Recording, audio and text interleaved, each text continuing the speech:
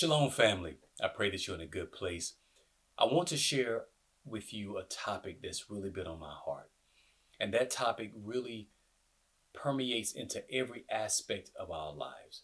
It affects what we're able to do, when we're able to do it, and the duration that we're able to do it for. It affects the quality of our speech, the quality of our life, and our longevity. And that is a state of rest. Are you able to find rest? It's very important for men. It's important for women, but even more so for men, because men tend to bear all the burdens, all the loads that are given to us by our family, by society.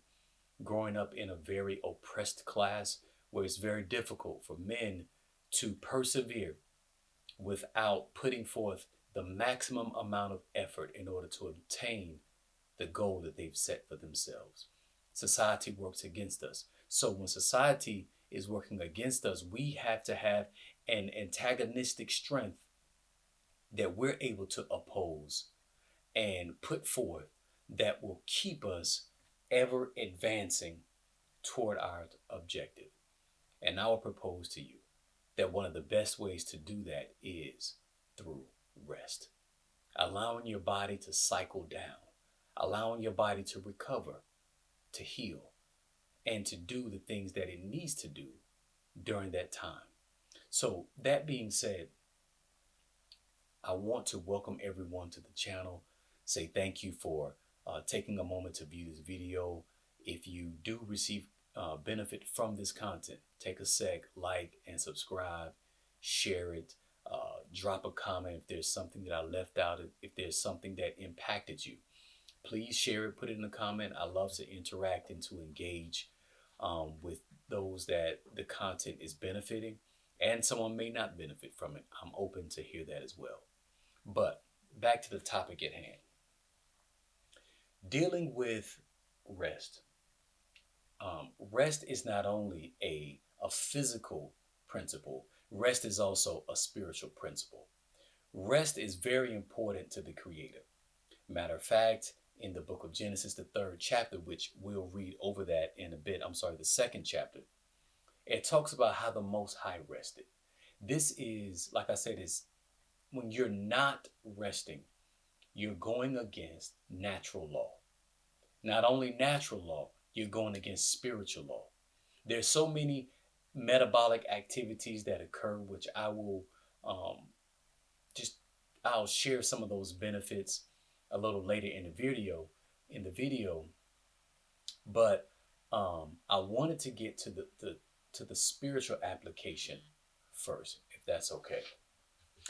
The Most High is so keen on rest that he put it in place in the very beginning after completing his work as the creator, as the sovereign of the universe. I don't even want to call him the architect, because that's a title that we give to men.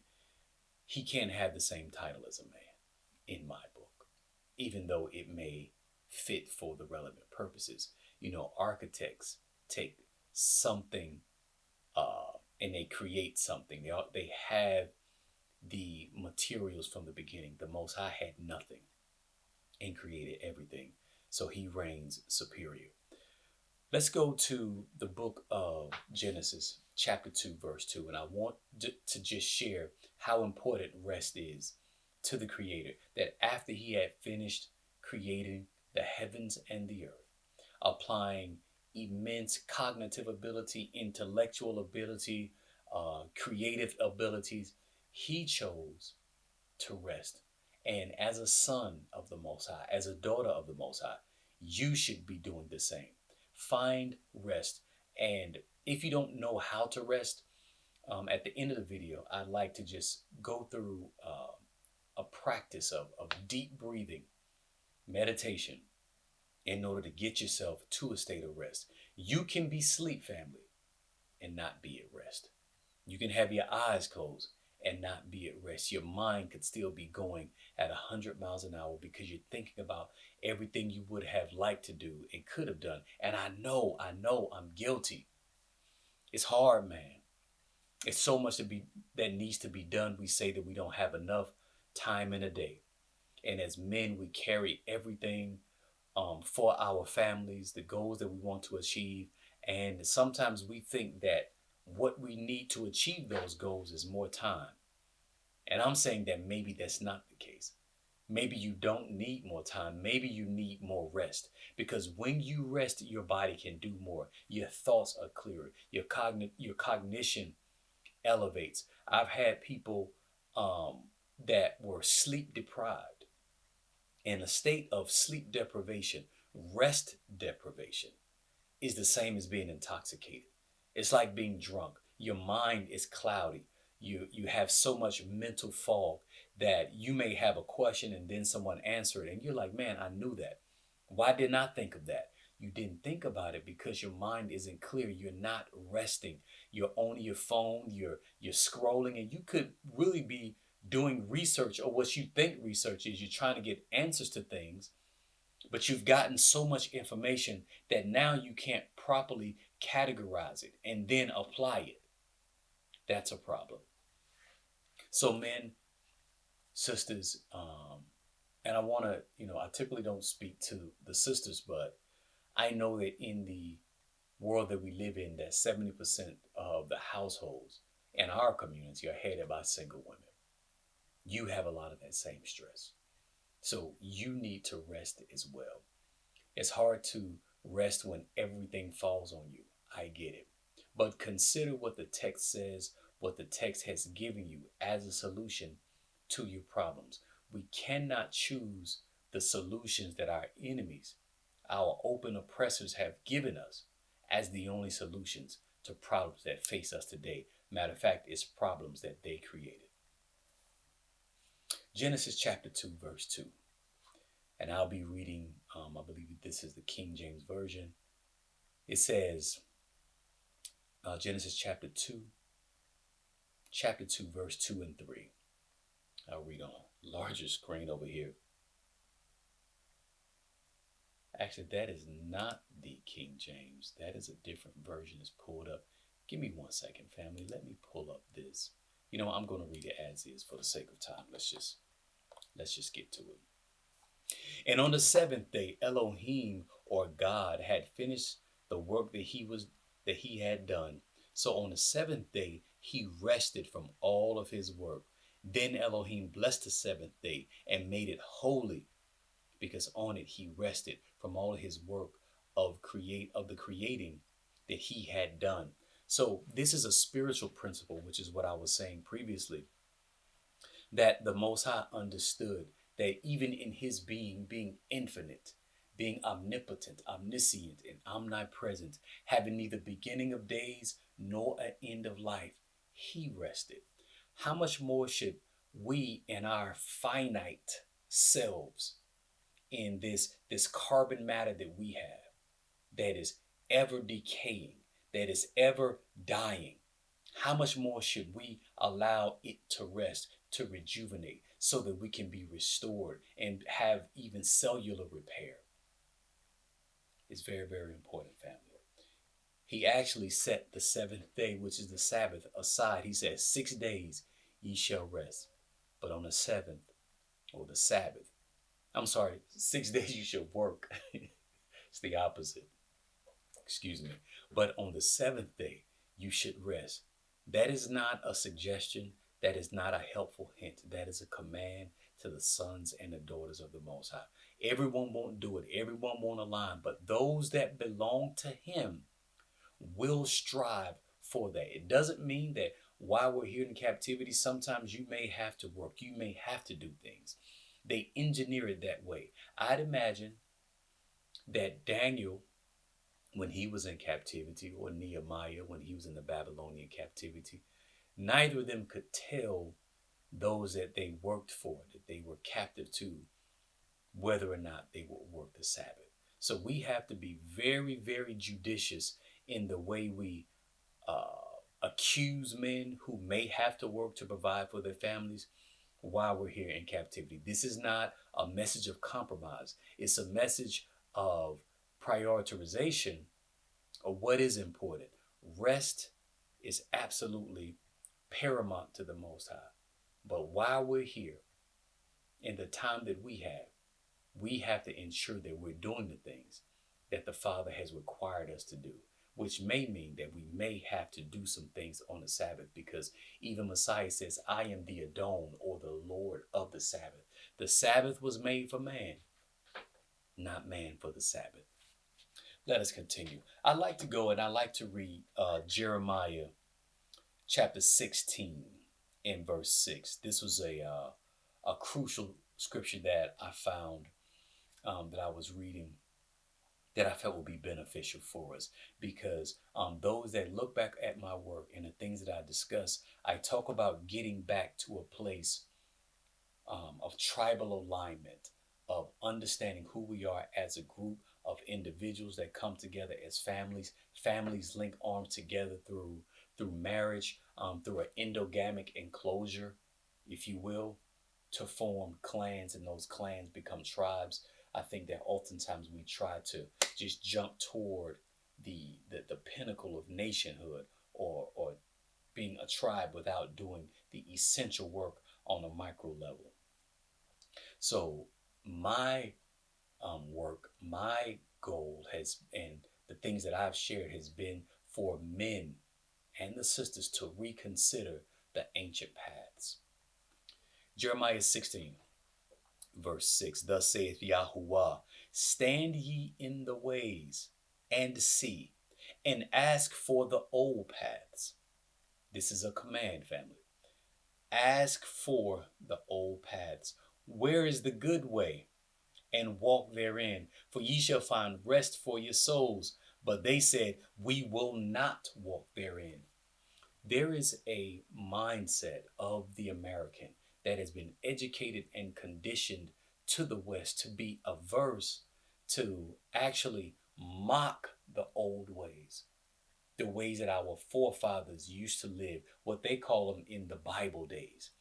They relegate that to a different time, as if the Most High, what he's doing now, he hasn't done before. And it's no longer relevant for the times that we live and exist. I push back against that. I don't believe that. That the mind of the Most High is that which is from the beginning, which was and which is simultaneous. It's occurring at the same time. So if he ever felt a certain way about the way that we live and the way that we raised our families, he still feels that same way today. I feel that the Father wants to look at us as his sons and as his daughters, regardless of the time span in which we're born, where we are living, walking examples of Torah. We are moving in the spirit of the Messiah, the spirit of Yeshua, the spirit of sacrifice, the spirit of committing to the ways of the Father, where the things that I'm saying, this is not my doctrine. This is the doctrine of the Father, where he commanded me to seek out the old ways. I'm not trying to be a modern man. I'm not trying to operate through a modern lens. I'm not trying to do what they're telling me to do on CNBC, on Netflix, through conditioning. How to organize my family according to the nuclear family. I'm not trying to do that. I'm clinging to the old ways, and I deny, nullify, refuse to accept what my open oppressor has told me is the model for family. I'll ask for the old paths because those ways are good, and they're not only good for me, I'm going to walk in it. I'm not just going to teach it. I'm not just going to just get on a video, get on YouTube, get on Facebook and share it. Here, no, I'm going to walk in it. I have to be it. I have to live it. I have to inhale it. And when I do that, I'm going to find rest for my soul. Rest in my spirit, where I'm not always agitated, angry, frustrated. You're angry because you're frustrated. The frustration comes from the expectation that you may have that wasn't met. These things are interrelated, and I would even propose that it's a progression. We're progressing toward that anger from the frustration, from the expectation that had we gone back and looked at the old ways and the ways that our fathers lived, the things that they thought, understood, and knew, maybe we would not be so frustrated. Maybe we would not be so angry. We will be able to walk in the spirit of dominance from our masculinity in our full femininity for our ladies, which it can be different from everyone based on your conditioning, based on the way that you were raised, based on the way that you have lived your life. But we need to get back to that standard. And when we do that and we walk in it, we will be able to find rest for our souls. But here's the thing. Many people have said to this day, we won't walk in that. That was for then. This is for now. We're Americans. We're FBA. We're ADOS. We're diaspora. We're African. Whatever it is, whatever label you want to put on yourself, it's still a construct of this system. I believe that I'm an Israelite. I believe that I'm a child of Israel, a descendant of the tribe of Judah, of the royal house of Dawid. And as a seed royal, I will never forsake the covenant of Yah, nor faith in Yeshua, my King of Kings. My obedience, sacrificial nature, and submission will allow the covenant blessings of Abraham, Isaac, Jacob, Judah, Perez, Hezron, Abraham, Aminadab, Nahshon, Salmon, Boaz, Obed, Jesse, and Dawid to abound in my life abundantly and intergenerationally. These are things that I teach. These are things that I believe, that I confess, and I ask that the Father will allow these things to just wash over me. Let me move on, family. Walk in it. Let's go to the book of Matthew, chapter 11, verses 28. Matthew 11 and 28. We're going to move to the New Testament, or the Brit Hadashah, and we're going to hear how Messiah spoke about this, spoke about laboring. But before we do that, let me give you a definition of rest. A definition of rest. I'm going to look at Merriam-Webster. Rest is freedom from labor or activity, a state of motionlessness or inactivity. Specifically, a bodily state characterized by minimal functional and metabolic activities. You're not doing a lot. Even cognitively, you're not doing a lot. You're not trying to map out your day. You're not trying to solve complex problems. No, you found rest, peace of mind or spirit. When you're resting, you should be at peace. I'll say this, that there are many studies that have shown that you should not look at your phone, look at an active screen about an hour prior to going to bed, because it interferes with your circadian rhythm and your brain waves, preventing you from really entering into a deep level of REM sleep. And that's where you want to be. That's where rest, repair, rejuvenation really, really occurs. So consider that, family. And to be at a state of rest, I pulled that up. I wanted to know what a state of rest is, or find a working definition from it, which is, just really loosely what I found online.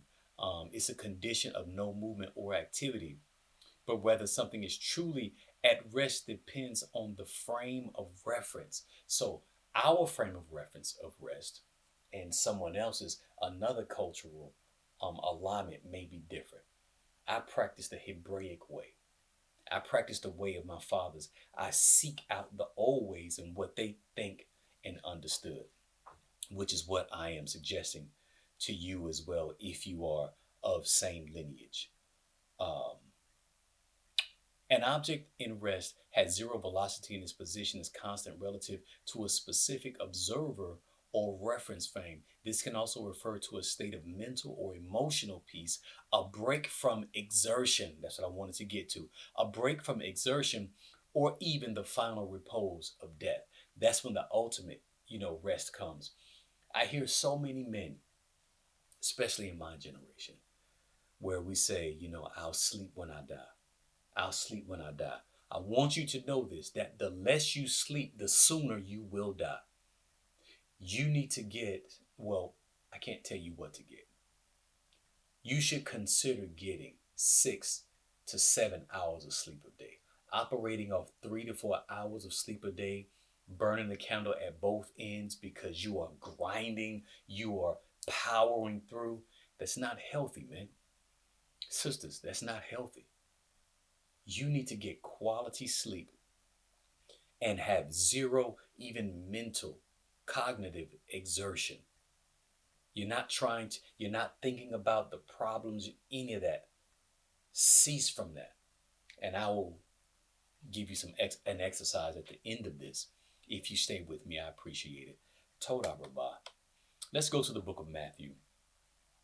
I want to read Matthew 11:28-30, where Messiah said, come unto me, all you that labor and are heavy laden, and I will give you rest. So coming unto him is not just an invitation, it's to give the things that have burdened you, that have caused you to be heavy, that you've been fighting, you've been laboring, and it's not just labor, it's heavy laden.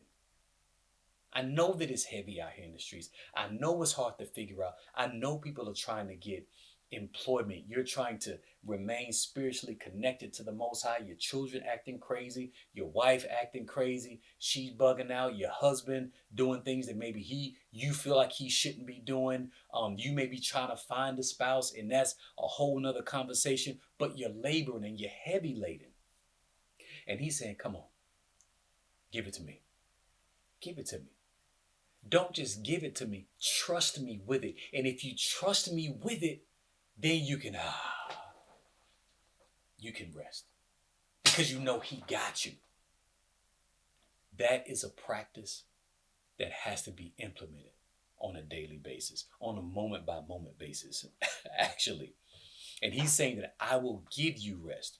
Take my yoke upon you and learn of me. So there is a time where you should be learning. You should be growing in your faith. You're filling yourself with the information about the life of the Messiah, whose greatest title was a son. He would not have been a Messiah if he wasn't a son. He would not have been a savior if he was not a son. I think that sonship is the greatest title that a man can have. It far exceeds husband. It exceeds father. Because when you're a good son of the Most High, which is an eternal title, because in heaven they're neither married nor given in marriage. In the kingdom, people will still have children, but you won't get that opportunity if you're not a son. A son is eternal. I'll always be a son. I will never stop being a son. Even after my father, my biological father, passes, after my mother passes, if I don't perceive them, I don't know. If my spiritual father passes, I will still be a son. It's a great title, man. And I love it. That is what he said, take my yoke upon you and learn of me. That's what I learned from Messiah. He was a son. And now his throne is exalted and is forever and ever. Let's keep going. For I am meek and lowly in heart, and ye shall find rest unto your souls. We want that rest. We want to even practice what the Messiah practiced. Being meek, being lowly, not being so easily offended where everything bothers us. No, we don't want to be that way. For my yoke is easy and my burden is light. His burden is much lighter than the burden of the world, where you're focusing on money, on resources, where you sacrifice your life for a salary. You sacrifice your worship and your family time for a salary. You give all that up for stuff. Consider your ways, man. I know that it's hard. We live in a capitalistic society. Even if you live in a socialistic environment, you're still going to need resources. However, that should not be a priority. It shouldn't be the first thing you wake up in the morning thinking about. For the love of money is the root of all evil. Seeking after it might not be to your benefit. Please consider that. there was one more scripture that I wanted to read, and I will be done, family. Um, hmm.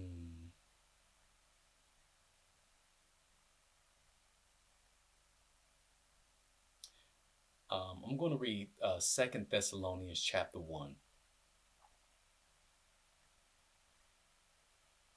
Let's start at verse 5.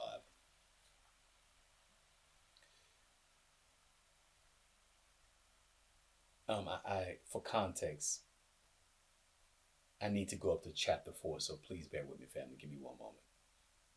So that we ourselves glory in you in the churches of Elohim, or God, for your patience and faith in all your persecutions and tribulations that you endure, which is a manifest token of the righteous judgment of Elohim, that ye may be counted worthy of the kingdom of Elohim, for which you suffer. So that suffering and the things that we're going through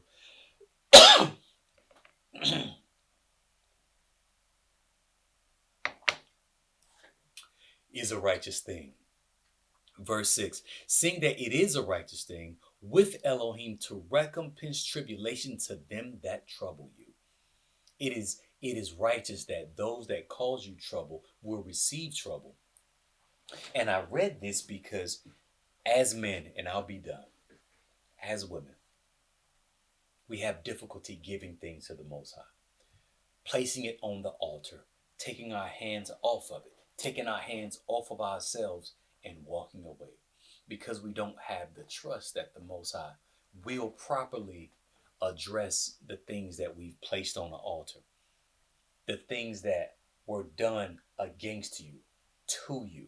Understand, there is consequence, there is recompense, and it's going to happen because it is a righteous thing.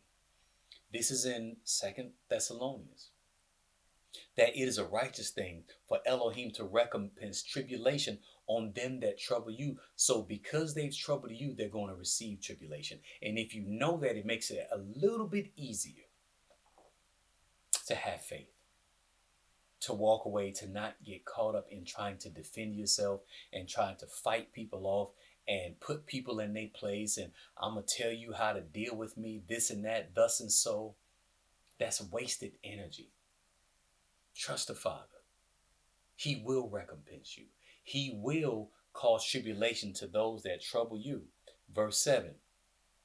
And you who are troubled, rest with us when the Adon Yeshua, or the Lord Jesus, shall be revealed from heaven with his mighty angels. And then the text goes into the vengeance of the Messiah for those that trouble you. You are important. You are special. You are significant. I don't care what the world says. You are royalty, regardless of your environment, regardless of your financial situation, regardless of even your spiritual situation. You are a royal seed. And I believe that through finding rest for your souls, taking time, take some deep breaths. This is what I wanted to cover in how to find rest. To begin to take a moment to give account for yourself. Take a second. Shut everyone else off. Shut your phone off. Move your phones away. Get rid of all devices. Maybe even dim the lights. Turn on some instrumental music that gets you in a place of peace where you're not agitated. Your spirit is not waiting to do something. You know, hip hop and a lot of music, they get you to that state by design. Listen to some beautiful harp music, instrumental. Usually not drums, it's usually a woodwind or a guitar, piano. You know what works best for you. Take a second, close your eyes. Take 5 deep breaths. Inhale deeply. Exhale slowly. And you can feel tension leaving your body. Even this as a practice of hyperoxygenation, getting more oxygen to your brain. It makes you feel euphoric. It makes you feel even lighter. The things that were burdening you, that were heavy upon you, you can begin to release, let go. Because the illusion and the greatest falsehood is that you think that you are in control, and you're not. The Most High is in control. Allow Him to reign and rule in your life. That even if it costs you something, money, resources, time, your life, it will be worth it all. That's what the Messiah was saying. Take my yoke upon you and learn of me. That's what He did. That even unto death, He said, nevertheless. So you and your breathing exercises, you can say, nevertheless, though He slay me, yet will I trust Him. And when you do that, you don't feel the need to react, to respond to every attack, because they're going to come. But you will be at peace, and people will marvel at that peace that passeth all understanding, because the world didn't give it, and the world can't take it away. They're not the author of it. Therefore, they cannot finish your peace without your permission. Don't give them permission to end your peace. Take 5 deep breaths in, exhale it out. And it's very hard for people initially to not think about something. They're thinking about something. You're thinking about the music. You're thinking about you need to cut the grass. You're thinking about your cryptocurrency. You're thinking about your investments. You're thinking about your retirement, your health plans. I need health insurance. Stop. Shut it down. None of that is going to change in this moment.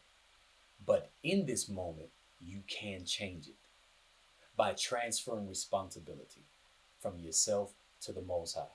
In these moments, He could give you great ideas, inspiration, and clarity so that you can address whatever it is that is upon you quicker, better, more efficiently. The Most High loves efficiency. You should too. Take those deep breaths in, inhale, exhale out, and try to think about nothing. And if you can't think about nothing, let the feeling of gratitude just wash over you. Feel thankful, appreciative for where you are, for who you are, for what He's done in your life. No complaints, no bitterness, no I'm a victim, this happened, that's got to be done. No, thank you. I'm grateful for pain. I'm grateful for this very moment, and own it, be present, and you do that. Then you go to bed. After you pray if you want to, and you go to bed. Whatever the sequence is, that's on you. I'm giving encouragement, not even necessarily spiritual advice. I'm giving encouragement, suggestions. I only speak to those that I have authority over, those in my family. Those I can direct. So, consider that family. Go from there, and you'll find that you'll have deeper, restful sleep, and you'll be able to wake up rejuvenated. We all know what it's like to go to sleep and to wake up more tired than we were before we lay down, because you didn't rest. Come unto me, all ye that labor and are heavy laden. And the Messiah said, not me, He will give you rest. Consider these things, family. I pray that this has been a blessing to you. I hope that this encourages you, because I believe that you're the head and not the tail. You are above only and not beneath. That as we transition from the curses to the blessings, you will be the lender and not the borrower. Sometimes financial concerns, problems, issues can cause a man. It'll cause your heart rate to elevate. It'll cause you to not be able to do what you need to do. It'll impact your health negatively. So we want to make sure that we're resting. I'm sorry. One more thing. Let me briefly go over the 5 things that happen during rest that will increase your life expectancy. Will y'all stay with me, family? I understand if you got to go. Toda, thank you, but I really want to give you this. I almost forgot. These things will increase your life expectancy. These are 5 things that happen while you're resting and while you're sleeping. Cellular repair and regeneration. During deep sleep, the body produces growth hormone, which repairs muscles, tissues, and bone. DNA repair and removal of damaged cells happen more effectively and more efficiently, reducing risks of cancer and premature aging just by resting. I'm not even going to get into diet. That's a whole nother video. Your brain is cleansed and your memory consolidates. The brain's glymphatic system flushes out toxins, which reduces the likelihood of you developing Alzheimer's in the future as you mature. Sleep strengthens memory and learning and consolidating new information. It boosts your immune system, your heart and your metabolic health. Rest lowers your blood pressure and your heart rate, reducing cardiovascular strain. Your heart doesn't have to pump as hard because you've rested properly. Not resting increases your blood pressure, and we know that here that many of our people suffer from high blood pressure issues. That is a symptom of oppression. Proper sleep balances hormones and regulates the appetite, preventing obesity and diabetes. These things are rife in our community. Most people in our community are overweight. Excuse me. Sisters, a lot of you are overweight. I'm not just saying it, that's what the doctor is telling you. Take time. Exercise. You may say, well, I feel pain. It hurts to exercise. Yes, it does. But going to get treatments for pathology, for disease, is more pain. And it will take time. Don't be defeated because you're not seeing the results immediately. It's going to take time. You didn't get to be the size that you were, your stomach out to here overnight. Don't think that you going to the gym in 1 week is going to reverse that. Hormone balance and stress reduction. Cortisol is regulated during sleep, keeping stress levels healthy. It's a stress hormone. Melatonin and other relative hormones protect against oxidative stress that are linked to aging. Our people, our community, tend to look 10 to 15 years younger than their European counterparts. You got the beauty of melanin, baby, but that can't nullify your lack of rest. That can't nullify being rolled hard and put up wet. Don't let the world do that to you. You're special. I think that's all I wanted to share. But just lack of rest, it weakens your immune system, it gives you heart problems, metabolic disorders, cognitive decline, and it shortens your lifespan.